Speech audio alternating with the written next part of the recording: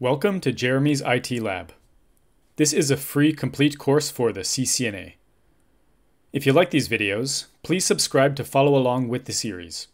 Also, please like and leave a comment, and share the video to help spread this free series of videos. Thanks for your help. Also, remember to sign up via the link in the description to get all of the lab files for this course, so you can try it out yourself in Packet Tracer. If you want more labs like these, I highly recommend picking up Boson's NetSim for the CCNA. Click the link in the video description to check it out. It's a network simulator like Packet Tracer, but it's even better, and it includes all of these guided labs to not only help you get hands-on practice configuring and troubleshooting, but also deepen your understanding of the exam topics. I used it myself when studying for my certifications, so I feel confident about recommending it to all of you. If you want to get your own copy of NetSim, please follow the link in the video description.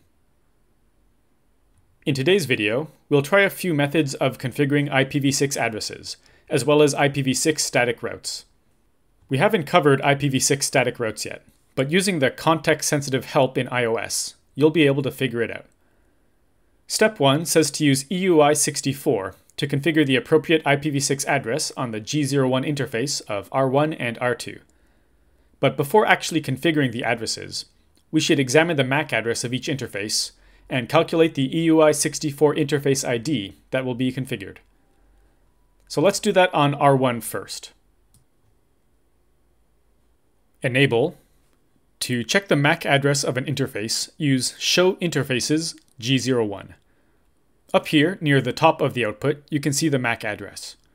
So let's calculate the EUI64 interface ID and the IPv6 address that will be configured. In this document, I've written out the process. Here's the MAC address, split it in half, and then insert FFFE in the middle. Finally, invert the 7th bit, which makes the 0 a 2. That's the EUI64 interface ID. Add the network prefix, and this is the IPv6 address that will be configured on R1's G01 interface. So let's configure it. Back to R1, conf-t. Before configuring the interface, I should enable IPv6 routing, since we'll try out some pings later. IPv6 unicast routing. Okay, now let's configure the interface. Interface G01, IPv6 address, 2001 db8:/64. That's the network prefix. Finally, just add EUI64 to the end. Okay, let's check the address that was configured. Do show IPv6 interface brief. There it is. Notice that a link local address was automatically configured also, and it uses the same EUI64 interface ID, but a different network prefix, beginning with FE80, because it's a link local address. Now let's do the same process on R2. Enable. Show interfaces G01. Here is the MAC address of G01. Let's return to that document. Here is that same MAC address. To get the EUI64 interface ID, split it in half, insert FFFE in the middle, and finally, invert the 7th bit. That's the EUI64 interface ID. If you add the network prefix to it, you get the IPv6 address that will be configured on R2's G01 interface. Let's go back to the CLI of R2. conf-t. Once again, let's enable IPv6 routing. IPv6 unicast routing. Now let's configure the interface. Interface G01, IPv6 address, 2001 db8:01:/64, EUI64. Okay, let's check the address. Do show IPv6 interface brief. There it is, and a link local address was configured too. In step 2, we are told to configure the appropriate IPv6 address and default gateway on PC1 and PC2. Since we're already on R2, I'm going to copy the address we just configured, because this will be PC2's default gateway. Now let's go on PC2. First, we must enter the default gateway here. I'll paste in R2's address. Now let's configure PC2's own address. It's 2001 db8:01:2 with a /64 prefix length. Notice that it already has a link local address, based off of the MAC address, which you can see up here. Okay, that's all for PC2. Now I'll return to R1. Let me copy the IPv6 address of its G01 interface. Now I'll configure PC1. First, I'll paste R1's IP address as the default gateway. Next, I'll configure PC1's address. 2001 db8 :2/64. Okay, that's all for step 2. Step 3 says to enable IPv6 on the G00 interface of R1 and R2, without explicitly configuring an IPv6 address on them. I'll do that on R1 first. Interface G00.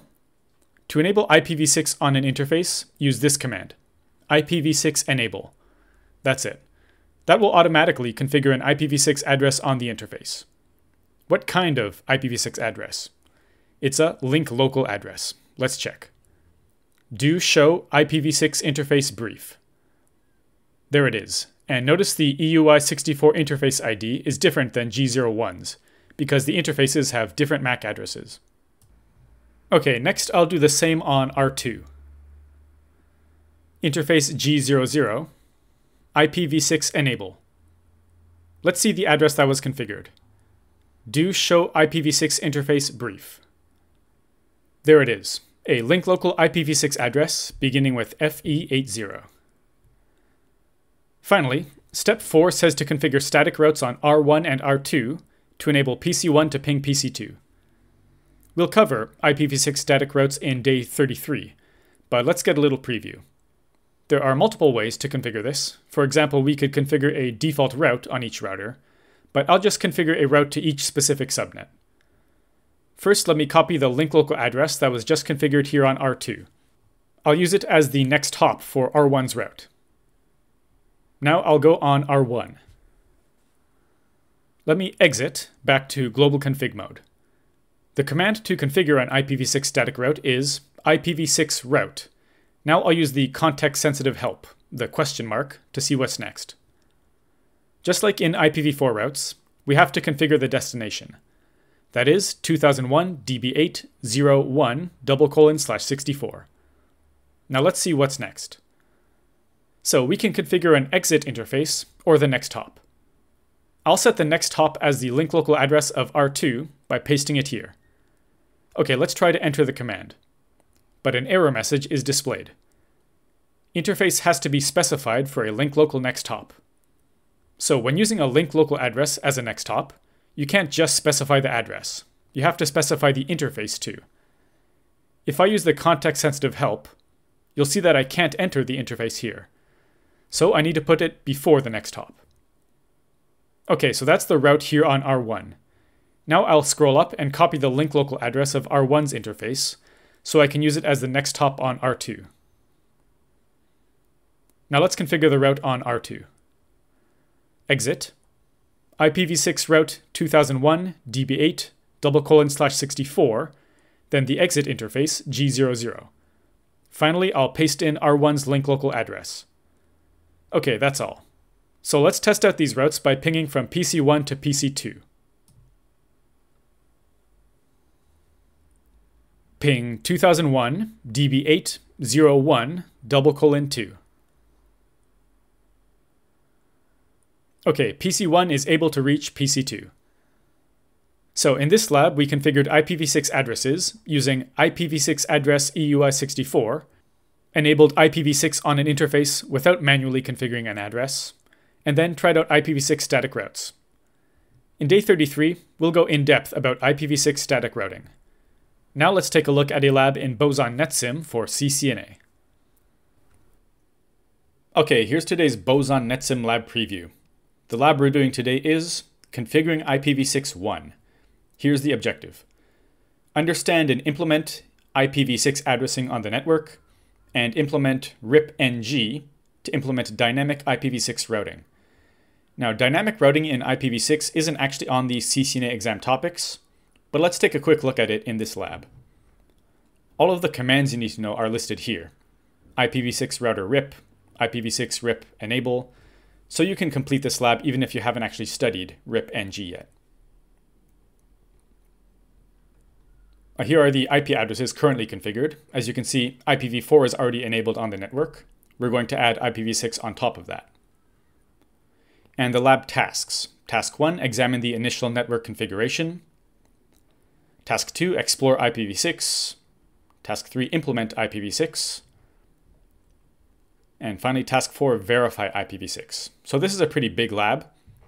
For this lab preview, let's just do task 3, implement IPv6. So let's do some configurations. So part A, implement IPv6 addressing. Step 1. You will implement IPv6 addressing on the WAN links that connect the Tampa, Orlando, Daytona, and Miami routers. Okay, so these 4 routers, just these WAN links. You will not implement IPv6 addressing on the WAN link that connects the Miami and Key West routers or on the LANs. Okay, and this diagram and the table show the IPv6 addresses we will configure. Okay, review the commands used to assign an IPv6 address to an interface. Compare these commands to the commands you currently use to assign IP addresses to an interface. So this means the commands you currently use refers to IPv4 addressing. And the commands are quite similar. IPv4 uses IP address. IPv6 uses IPv6 address. And most commands are like that. They're almost identical between IPv4 and IPv6, but for IPv6, instead of IP, you have to enter IPv6. Okay, on Tampa, Orlando, Daytona, and Miami, enable IPv6 routing. Okay, let's do that. Here on Tampa, oh, that's right, there's a password on these routers. Okay, the console password is admin, and the enable password is Cisco. Okay. Admin, enable, Cisco, and let's configure IPv6 routing. Okay, that's it for Tampa. Next up, Orlando. Admin.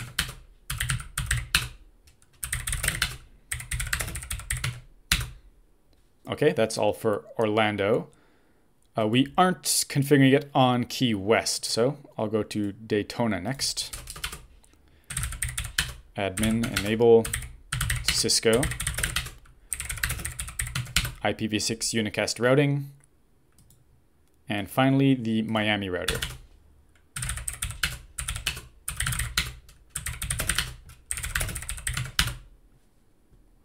Okay, so let's see what's next. On Tampa, Orlando, Daytona, and Miami, assign the appropriate IPv6 addresses. Refer to the IPv6 addresses table. Okay, so we will configure those addresses. I'm on Miami, so I'll start here. First, interface serial 00, IPv6 address 2001.013, :2/64. Next, serial 01, IPv6 address 2001.012, :1/64. All right, next I'll go to Daytona. Interface serial 00, IPv6 address 2001.010, :2/64. Interface serial 01, IPv6 address 2001.012, :2/64. Okay, next up, Orlando. Interface serial 00, IPv6 address 2001.011, :2/64. And next up, serial 01.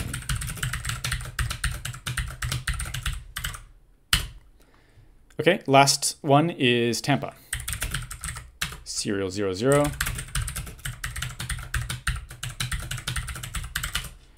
And serial 01.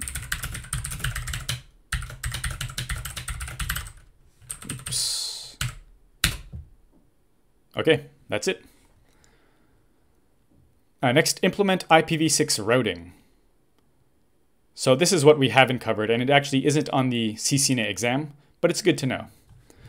So step 1, updated routing protocols capable of working with IPv6 network addresses must be used in order for IPv6 routes to be exchanged with other routers. You will implement RIP-NG, RIP next generation in this lab. RIP-ng can function with IPv6 addresses. Okay? Number 2, identify the commands you should issue to enable IPv6 dynamic routing with RIP-ng. How do these commands differ from the commands you would issue to configure interfaces for RIP with IPv4? And then we will configure RIP-ng on the 4 routers and use Boson as the process identification string. So you can see those commands up here. We need to know just 2 commands.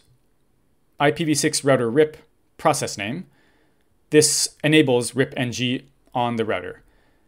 And the big difference here is the process name. So in IPv4, you could only have one RIP process running at a time. You would use the command router RIP, and then you would enable RIP on the interfaces with the network command. However, in RIP-ng, you enable RIP-ng directly on the interfaces with IPv6 RIP, followed by the process name, followed by enable. Okay, so I'll start here on Tampa. Now I believe that we could just enable it directly on the interfaces and the process will be automatically created. So we don't have to use this IPv6 router RIP command. Let's see if I'm correct about that. Interface range 000 to 1. Oh, I can't use the interface range command. All right, so interface 000. That might be something in NetSim. I'm not sure about that. Interface 000, IPv6 RIP, and the process name, it's set to use Boson, and then enable. And then I'll do that on 001. I'll use the up arrow to use the same command. Okay, now let's see if RIP-ng was enabled by configuring it on the interfaces. Show IPv6 protocols. Oh, protocols. IPv6 routing protocol is RIP Boson. Okay, looks like it's enabled. So let's do that on the other routers. Here on Orlando, IPv6 RIP Boson, enable, interface 00, IPv6 RIP Boson, enable.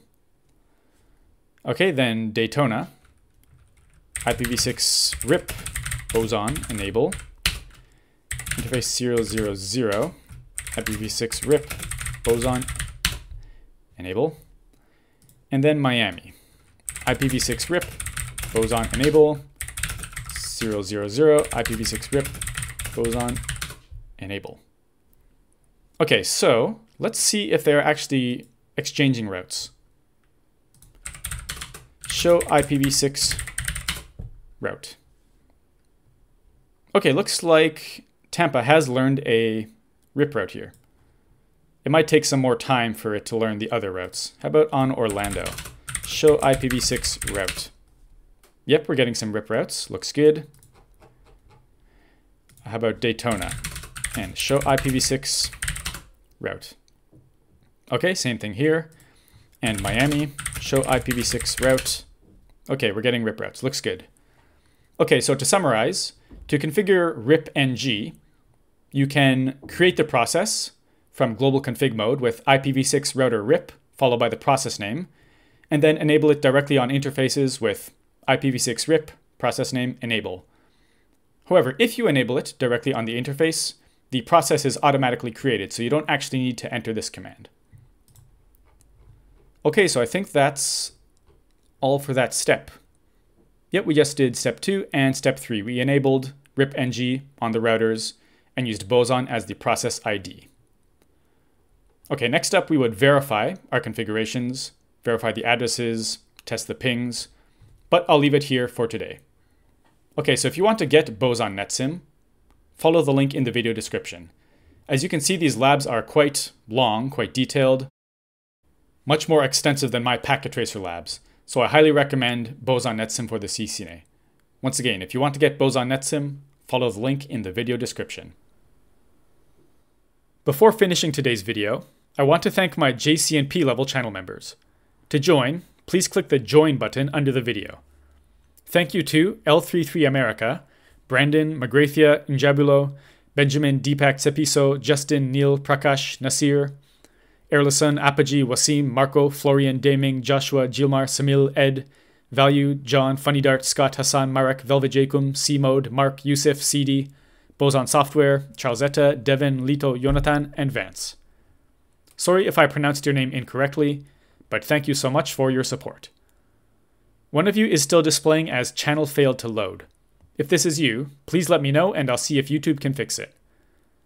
This is the list of JCNP level members at the time of recording, by the way, October 24th, 2020. If you signed up recently and your name isn't on here, don't worry, you'll be in future videos. Thank you for watching. Please subscribe to the channel, like the video, leave a comment, and share the video with anyone else studying for the CCNA. If you want to leave a tip, check the links in the description.